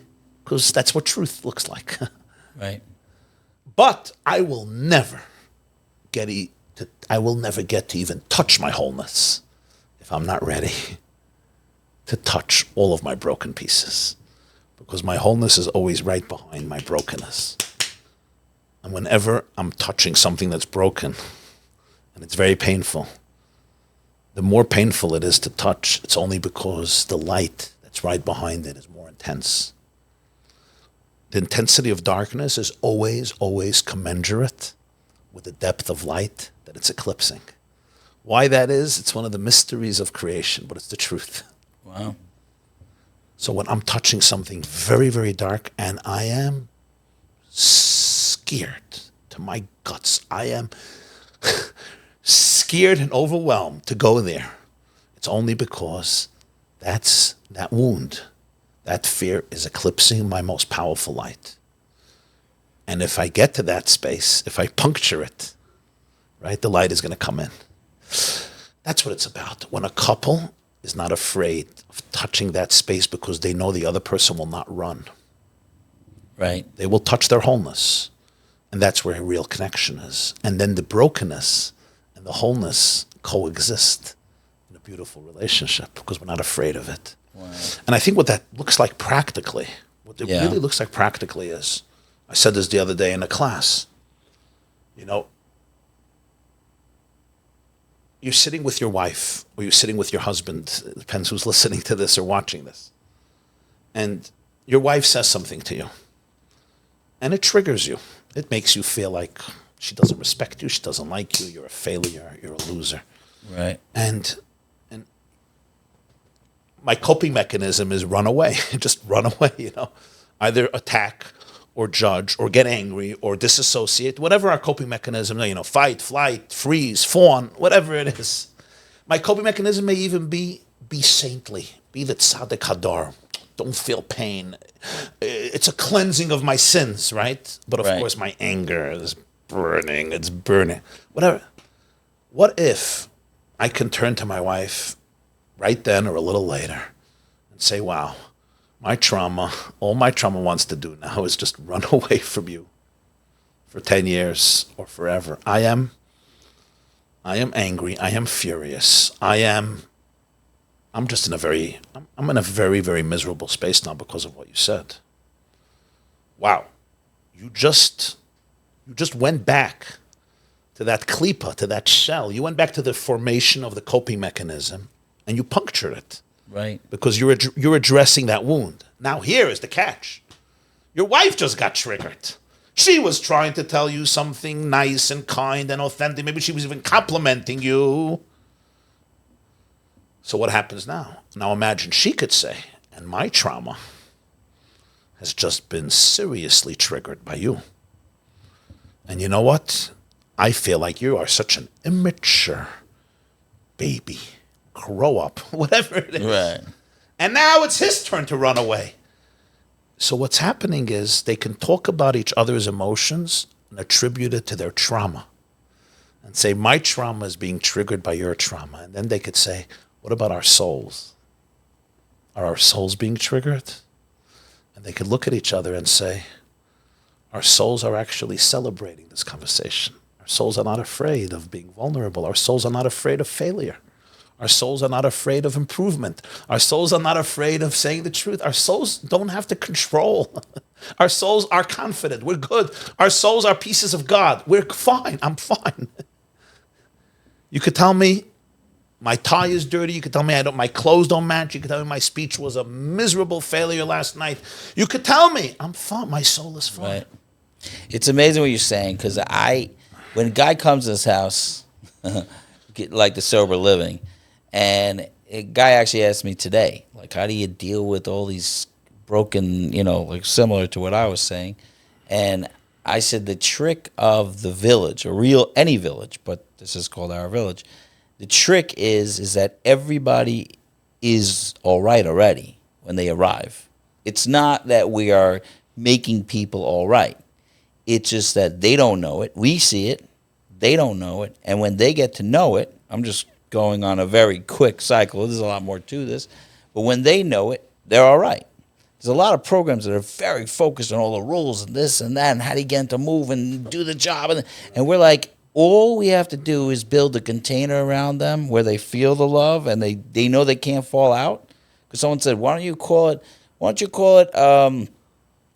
foundation? I said, if there's an earthquake, the thing falls down out of a foundation. A container, earthquakes, fires, you're still in the container. It might be terrible, but you're in there. The way we see it is exactly what you're saying, is that I don't know even if it's spiritual or not spiritual, but when I look at that couple, I see thunder and lightning. I see the answer. They don't see it if they just saw it. So I'm saying, you're saying with the klippas, you just poke the holes till you see it. But we have to create safety in those places, because when my trauma is being triggered, my deepest wounds are being triggered now. If you are not going to tell me why you're safe. You're safe here. I will not be able to handle this. I'm going to recreate those very same coping mechanisms that got me into this mess. And this time I'm going to create them in a more powerful way so they can withstand my marriage too. They're going to become more powerful than ever before, because now I'm a mature man and now I'm going to use my intelligence and my prowess to create them. I'm not a 4-year-old. Now I'm going to do it even better. And now I'm really done. Now I'm a dead man walking till my last breath. This is where we have to create safety for each other. And it's hard because we will be triggering. And we will trigger each other, and the more successful we are, we're going to get to the deeper places. And when we get to the deeper places, you'll forgive me, but hell will break loose. And when you puncture that spot that's hiding everything, it's going to be very, very intense. And will you be able to contain that? Right. Or not? Maybe you won't be able to. And if you don't, because you're also a person, you also have your issues, will I be able to contain the fact that you didn't contain me because of your trauma? Or will I now run away? Right. This will constantly happen. And we both have to have the courage. I mean, both the husband and I have to have the courage to stay in. And even if I failed, to be able to come back a day later and say, it was very hard for me what happened, and I apologize. But yeah, it was very scary. It was very scary. For me, you were a lion who just came into the room and is about to eat me alive. That's what happened. Right. What it's you interesting. said, You don't in marriage. You don't hear a lot of the word safety. You don't. People talk about a great marriage. I think it's all. It's all safety. That's what I think. That's amazing. I think safety is the portal. It's the portal. Without safety, we are not going to the broken place. Right. Okay, I can't afford it. I can't afford it. I'm sorry. I can't afford it. I've been alone for 50 years. I'm going to be alone for another 50 years. You know why? I survived. The proof is in the pudding. So I'll have a miserable marriage, but I survived. And you'll survive the miserable marriage. I'll survive the miserable marriage too. And I'll even be an honored man in my community. And I'll even do the right thing in many ways. And I might give a lot of charity and teach a lot of Torah. And I'm going to daven with a lot of kavanah. And I will ask God every Yom Kippur, please, please take away my misery. And I may become so dysfunctional that I will start calling misery happiness, because it's the month of Adar, and in the month of Adar you have to be happy, and Purim is coming, you have to be happy. So I will use my philosophical brilliance to redefine my misery as happiness. Do you understand that? Do you know what that looks like? Yes. But my anger I will not get rid of. And it will come out passive, in a passive-aggressive way. It will come out. Because I'm a saint, so nobody sees my anger, because I'm a very, very good man. But I'm an angry, broken man. And it's going to come out. It's going to come out in very interesting ways. And without real awareness, without the gift of awareness, we go nowhere. We watch people who are 70 years old, and they're exactly the same. Nothing has changed.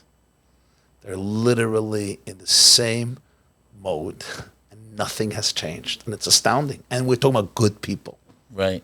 People who are kind and generous and want to do the right thing. It's mamish not their fault. There's absolutely not an iota of judgment here. I would have been exactly in the same place. Right. Have I not had the gift of God's grace and support? I would have been exactly in the same place. Right. And sometimes you speak to the most intelligent, brilliant people, and they're clueless in this area, because trauma is deeper than intelligence. Trauma happened when they were 2, when they were 3. Their intelligence developed later. So nothing of their intelligence has touched that spot. And I'll say something else. Some of us have been in therapy for 30 years. It hasn't gotten us there. Because talk therapy is amazing, but it has a lot of limits. Yeah. Talk therapy can't take me to pre-verbal spaces. I don't have what to say. There's no words. It didn't come in through words. It's not going to go out through words. So I think there's also another major component here, and that is this work is not done every day. It's done every minute. Now you're making it feel overwhelming. in a beautiful way, it's done every minute. Every minute of the day I have to ask myself, do I want to live in alignment, or do I want to live in dissonance? It's a minute-by-minute choice. Okay. Literally. We're going to have to finish in a second, but I have like a bunch of other questions. I wonder if... I just want to say one more thing about this, because I think it's critical.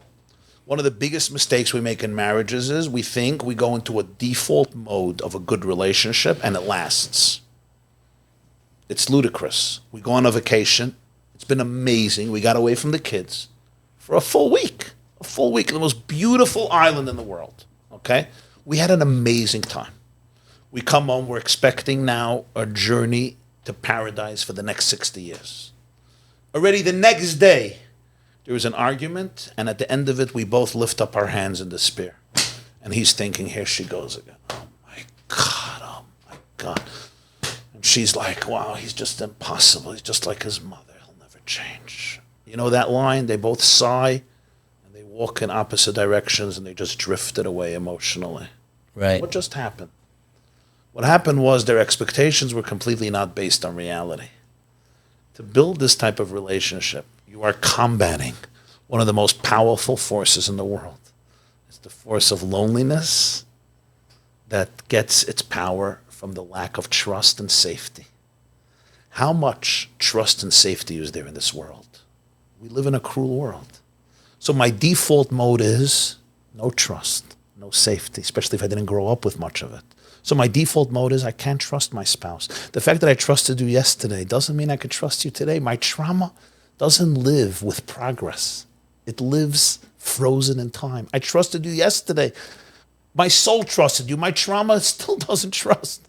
So if we don't constantly choose to connect and reconnect and deal with every new trigger that came up, we will fall back. And a lot of people don't like this. It's too vulnerable. Yeah. I don't have triggers. Come on. I'm already a tzaddik. Am I not a tzaddik? Come on. How long do you want to work on yourself? But the truth is, this is the only way forward. Everything else is miserable. David HaMelech said, V'chatasi negdi samet. My sin is always in front of my eyes. The Tanya says that's not a depressing thought. It's a liberating thought. It's an emancipating thought. You know why? It means that you know that to connect to your soul, you have to be ready at a moment's notice to deal with every broken feeling that sets into your psyche. And when a couple can be there for each other on that level, it's incredible. And the results are magical. They are magical. I definitely agree with that. They are magical, and I want everybody to experience them. It's interesting what you were saying. I do have to say it's not going to work if people are not ready, if one of the parties is ready to confront, the other party is not ready to confront, maybe because of personality disorder, mental illness, serious trauma, not their fault. Right. But if I'm not ready to But I think confront majority these of the time there's a mirror. Like when one person starts, the other one starts. That's what I see. things, often, but sometimes not. Sometimes not. You have someone who is so stuck. And that's why we have divorce. That's why we have divorce. and sometimes you have one person who's a really... Which is the next topic I wanted to ask you very about. important. A quick topic. Not so quick. Okay, I did have one more point, but I'm going to skip it because I want to ask you this question because I've been confused about this. There's a couple of things that's happened to me recently that kind of opened my eyes to a reality that I never really occurred to me. One of them is October 7th, where like I knew the world, there was issues, like people didn't like us, but it didn't occur to me like where we were at. And I know that's naive, and I know it's also probably helps us survive. Like most Jews of our generation. Right. You're like most Jews of our generation. Right. Divorced from the heartbeat of Jewish history. No, I am not divorced. I study it all, and even with studying it all, it was still shocking. Yeah. And it was, I guess it was shocking how fast and furious it was. Yeah. That's really what got me. Yeah. But it wasn't, okay, then the other topic, this is interesting. I had on, and I've heard you say, this is interesting, I've heard you say in the past, like about the idea of like not, like suppressing somebody's thoughts, like free press. And you talked about your father being a newspaper man, and like, not suppressing thoughts even if you disagree with them and all that stuff. I had on the Flatbush girl, which is a real controversial issue. Interestingly, similar to the I don't want to compare it to the anti-Semitism, but I was aware that it's a controversial issue, but didn't really understand it, and I really wanted to hear her side. And the amount of, and this is I'm getting to the question, but the amount of vitriol and anger that I got from, her stance on how she's doing things, and she's fighting for this Agunah crisis, which I thought is a lovely idea. Fighting for the Agunahs, to me, as the naive person who fights for the people who are suffering, thought it was a lovely idea. And obviously she's triggering different things and coming up with different ideas to make it more public and all that. But even before the ideas to make it more public, the amount of people that came over to me and we were like shutting it down, there were a couple of questions there, and I was like, I really want to talk to you about it, and we spent the whole podcast talking about other things, but I really want to talk to you about it. One of them was, is there still a massive hatred of women from men? Like, that was my first, because it was like, it felt like just because it's a woman doing this work, it felt like men were furious. Like, she's getting up and saying something. I don't think it was about how she was saying it so much. I think it was that a woman getting up and saying that this has to be done, like bossing around the men, triggered everybody to the point. It's just something I wanted to bring up with you because it was just an observation. I've had serious arguments with people. It's not really an argument. I'm just listening to them because I don't even know where my stance is. My stance is she's fighting for Agunah. She has some wacky ideas how to do it. They don't really bother me so much. Like, it's not like, I don't know, like ruin marriages and stuff. Like, everybody comes up with something. But even before the crazy ideas, there was such a... So, like, in the case of anti-Semitism, it's like I kind of know that non-Jews struggle with their relationship with us. I know that from history. And I don't know they struggle. They would struggle, it would be fine. I'm saying it nice. Yeah. Yeah, a good struggle would be good. If they would struggle and say, hey, what is that? What is my issue with a Jew? That's where healing happens. Maybe it's not Zionist that I hate. Right. It's so interesting. The moment we confront demons, that's the moment we begin the process of redemption.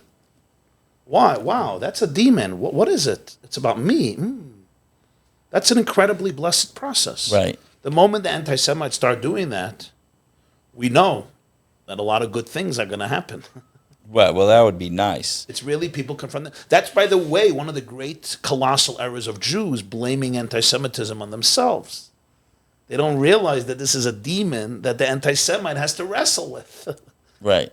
I got to wrestle my demon. You got to wrestle yours. If I start taking responsibility for your demon, well, like you said before, if you don't even see it, how do you wrestle with it? That's, I think, the biggest issue I'm seeing. One of the greatest mistakes Jews have is they don't understand the boundaries between their responsibility and the anti-Semitic experience. Right. And they're so enmeshed and entangled. If I'll only change my nose and change my forehead, if I'll cease to be such an apartheid occupier, cruel, dirty, filthy communist Jew, everybody will love me. Right. Even Hitler is being triggered by us. Bin Laden, we trigger them. And that's when Jews start, ducking in fear and bending their posture out of shape and not knowing who they are anymore, trying to worthlessly appease people who are just not ready to confront their demons. So, yeah. Right. But okay, no, my question was about this. Do men hate women? There were two things. There was men hate women, and how are we supposed to look at this Agunah crisis? Like, it is a question of mine because, I wasn't absolutely fascinated by it. But then I got fascinated by what exactly is supposed to be our view on this situation. Okay. So the truth is that, I have to just make a disclaimer. I'm not a rabbinic halachic authority, certainly not in the realm of, not in no realm, but also not in the realm of divorce and gittin. So what I'm saying here is more of, a brother to brothers and a brother to sisters from just living in my community and talking to people and hearing people. I believe what's happened in our communities is really a shanda, it's a disgrace. Because every man who's refusing to give a get is getting some support. Even in the fact that he can walk into shul and he's not expelled from shul, he's getting a certain respect, right? There's family protecting him. There's friends protecting him. There may be rabbis who are protecting him. And the same is true the other way around. If there's a woman who's torturing her husband and not ready to accept a get. And the fact that we as a community have not treated this with the ultimate seriousness and have allowed so many women to suffer for 5, 10, 15, 20 years, remain in shackles, literally in shackles. She cannot move on to her life. She cannot move on with her life because of this despicable, unforgivable, unfathomable behavior of an abusive husband, or conversely, of an abusive wife, is a disgrace on us. The foremost function of Torah is to be able to create safety for the vulnerable, to be able to help the brokenhearted, to be able to protect the orphans, to protect the widows. to be able to protect those who are foreigners.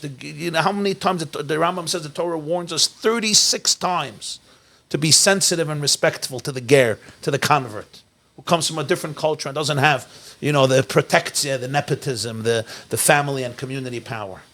So Agunah, who do they have? They have nobody. Right. And instead of standing up for them, very often there are people who support the other person, even with only a smile. Unfortunately, it's the first time in my life, I hope it's the last time in my life, that I had to throw somebody out of shul. Really? Yeah. In my shul, I have a woman who hasn't had a get in almost 20 years. She comes every Shabbos to us. She comes to many of my classes. And there was a man there who would walk 6 miles on Shabbos to come to my classes. So it was flattering for me. Guy walks 6 miles Shabbos morning to come to my class and Likkutei Torah from the Alter Rebbe. 6 miles? I don't walk 6 miles. I walk 6 minutes. And his marriage was in a crisis. His wife wanted a divorce. And I thought, with my gift of gab, I'll be able to be persuasive. And with my psychological techniques, I'll be able to achieve the impossible. And for a few years, I tried to no avail. Until I told him, you can't come to shul anymore. Until you give a get, I don't want you in any of my classes. I don't want you in the shul where I daven. I cannot daven to Hashem in good conscience, knowing that there's somebody here who's abusing his wife and his 8 children. None of them speak to him because of the get. Right. And I believe if every single Jew would do this, we would eliminate all support. And every woman who's an Agunah would have a support system. As I told her, I said, every Agunah needs a support system. She needs a few rabbis. She needs lawyers. She needs people with money, with business. Every woman needs a team. Wow. Needs a team around her. She deserves a team. Woman can't do this alone. Especially a woman, she has 6 kids. She has 4 kids trying to pay tuition because the guy doesn't even send a penny. It's not fair. So this woman needs a team around her, a top-level team. A coach, a lawyer, a businessman, a rabbi, family, a team. And the team strategizes. And the fact that they don't have this, and the fact that in one way or another we give even tiny support to everyone who refuses to give a get is a disgrace to our community. The fact that the rabbinic leadership and all of the Jewish people are not single-mindedly focused with an unwavering tenaciousness and commitment to protect these women is an eternal disgrace on us as a community. Wow, that's very well said. Okay, I think it's the truth. I feel very, very strongly the same way, and I've been just the same that happened with child sexual abuse for decades. Right. People may have good intentions. This is not a personal judgment on people. A rabbi is busy. He's trying to run a shul. He wants to be nice. I don't like throw. I'm not a guy who throws people out of shuls. Right. I never threw anyone out of shul. I can't imagine you throwing someone Not out. that type of guy, and I didn't like it. But I felt I'm now going to be the hypocrite just because he's walking 6 miles to my classes. I'm going to be the hypocrite, and he could sit here. And but he's a brilliant guy, Yale graduate, asked excellent questions. The crowd loved him in the class. I like interactive classes. I'm going to now be a hypocrite because it's working for my ego. I'm not going to do that. I said, leave shul. Wow. Leave. Don't come back here. Do not come back. Do not step foot into my shul. And no one should let him into any shul. Exactly. I don't know what shul. Why is anyone letting him into any shul? Yeah. Such a person should not be allowed to join a minyan. You don't talk to God while you're abusing your wife. There's Haftarah of Yom Kippur from the prophet Yeshaya, Isaiah. And he speaks over there. God says, you think your fasting is going to appease me? You think your fasting is what I need? He says, what do I need? I need you to remove the shackles of people whose lives have been broken, of the devastated, of the wretched, of the orphans, of the widows, of people suffering. Stop abusing people. Stop violating people. That's what I call a day of atonement. That's what we read in the Haftarah of Yom Kippur. Everybody could read it. It's from Yeshaya Hanavi, who was also a religious Jew. Right. When we lose sight of that, and we know how to make signs and kol kairos and protests about everything against halacha, besides child sexual abuse, it took decades for people to talk about. And again, they didn't know. I'm not judging anybody. Principals, rabbis, we'll deal with it. We'll send them to Israel. So he goes to Israel and he abuses another 40 kids. We'll send him away from Australia. So he goes to England and abuses another 100 kids. Take the Chaim Wilder case, right? 25 years. This is one of the most celebrated psychologists in Israel, one of the greatest authors of children's books in the Orthodox world. Crazy. It's a crazy story. You think people didn't know about it? 25 years ago, they didn't know. They knew about it. Right. But they thought, whatever. So what happened? Thank God, today, it's not fixed yet. But there's more consciousness. There's more awareness. A school realizes if there's a predator caught, you got to deal with it. You got to deal with it. If somebody has a gun and goes to a school every Friday and shoots a kid, nobody asks, so you're allowed to go to the police. Right. Suddenly here, when you're killing a kid for life, I don't have to tell you. Yeah. I don't have to tell you the results of child sexual abuse. No. You're murdering a person for years. He's a dead man or she's a dead woman. Hopefully they'll get the healing they need because their souls are never dead, as we said earlier. Right. And suddenly here, it's like, it took years for people to come around. Years and testimony and how much pain. And even today, there's people who are still a little queasy about it. Yeah, I want to tell you, I saw videos of some of these protests were going on, and there was another side. Meaning they were protesting against a get refuser. And then there was another side. What is the side? What did she? And I don't know what it was. There was a whole side of people going, you shouldn't be here to... What are you talking about? Yeah. And then they use halacha and Torah and mitzvahs. The Rambam says, the Rambam was also an Orthodox Jew. And the Rambam writes, the whole Torah was given to make peace and harmony. Kol Torah nitna lasas shalom ba'olam. The Rambam says there that Hashem wants his name to be erased to make peace between a husband and a wife. The whole function of Torah was to bring peace to people, harmony, a sense of joy, tranquility, safety, security, oneness, attachment, simcha. So in the name of Allah, in the name of Torah, we can abuse. It's like idolatry. It's like a pagan religion. You slaughter kids on the altar to appease some God who doesn't exist. That's what I often feel. We lose touch with the essence. If justice, compassion, kindness, generosity, safety of the vulnerable and of the children, of the women, of the men, is not our highest priority, which God are we serving? Take your God and you could burn him because he never existed. Wow. Take your God on paper, tear it up and throw it in the garbage. It's not a God any normal person wants to worship. It's a corrupt God. It's called a pagan God. Right. The fact that you call him a Jewish God just means that you have adopted your pagan God and call him a Jewish God. And I'm not going to buy it. I'm not going to be part of this. Right. It's below our dignity. It's a betrayal of our history.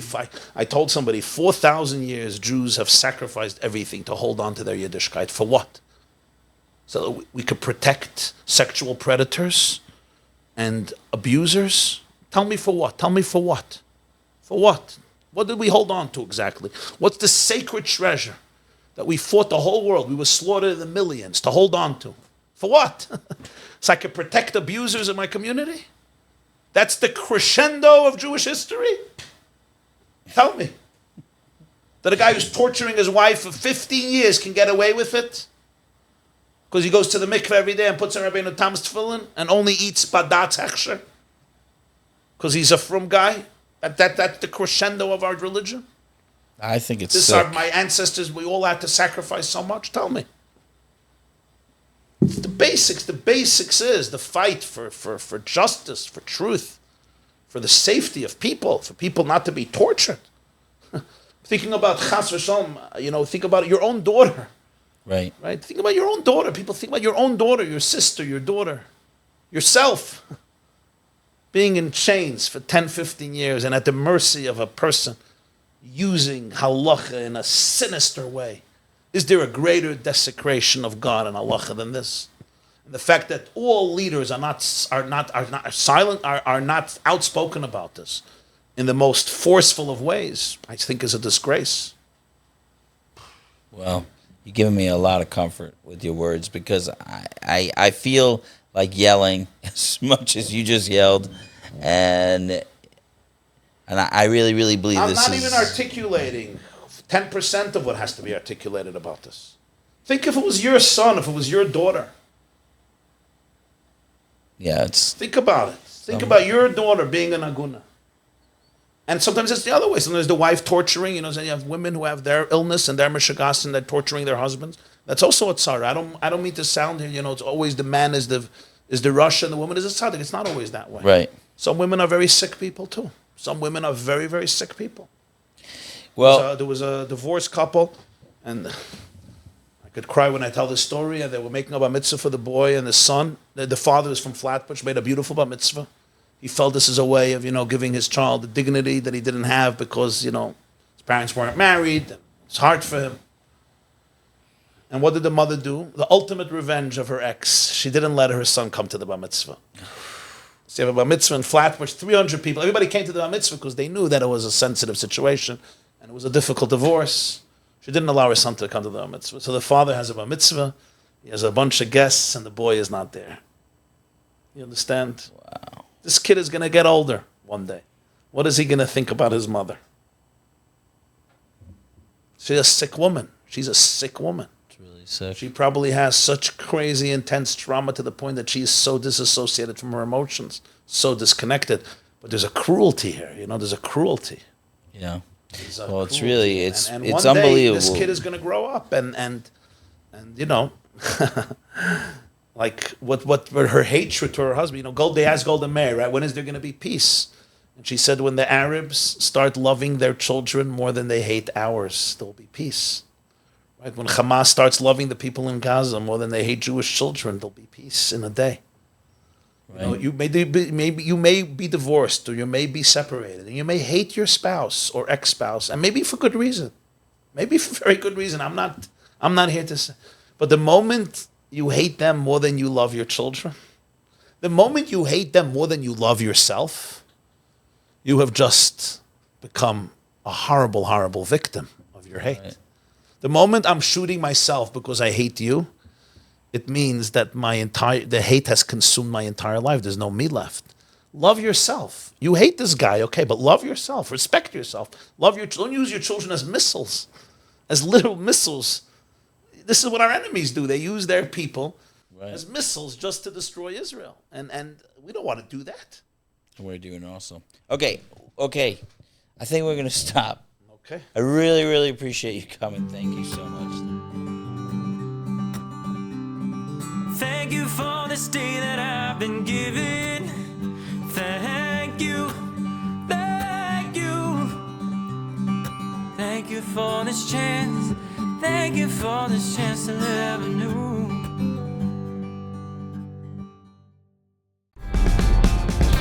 This class is brought to you by theyeshiva.net.